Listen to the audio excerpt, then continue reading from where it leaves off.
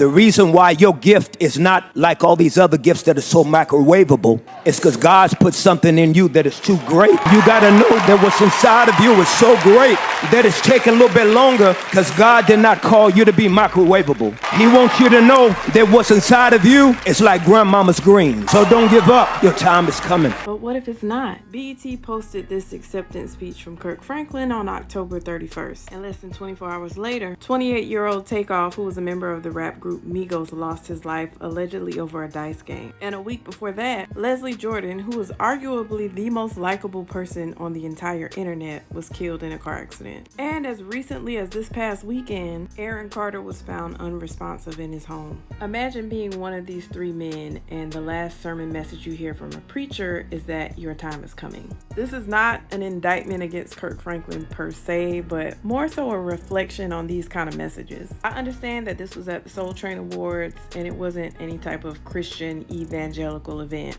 But honestly, for me, that makes it even more disappointing because you're not doing your secular audience any favors by telling them that their time is coming. For me, this is like a remix of the God has a wonderful plan for your life message. Because what if your life gets cut short like it did for Takeoff, Leslie Jordan, and Aaron Carter? Hebrews 10:31 says that it's a terrifying thing to fall into the hands of the living God. And then James 4:13 says, you who say today or tomorrow we will travel to such and such a city and spend a year there and do business and make a profit, you don't even know what tomorrow will bring, what your life will be. For you're like smoke that appears for a little while and then vanishes. Instead, you should say, if the Lord wills, we'll live and do this or that. But as it is, you boast in your arrogance. All such boasting is evil. So if James is right, then Kirk Franklin pretty much sold these people a false bill of goods because he can't tell them what tomorrow holds. Jesus said in Matthew 19:23 that it's hard for a rich man to enter the kingdom of heaven. In the New Testament, there are several parables and examples of people who chose their wealth over eternal life. You got the rich young ruler, the rich man and Lazarus, Ananias and Sapphira, not to mention the account of King Herod, who was struck with worms by an angel because he received praise from people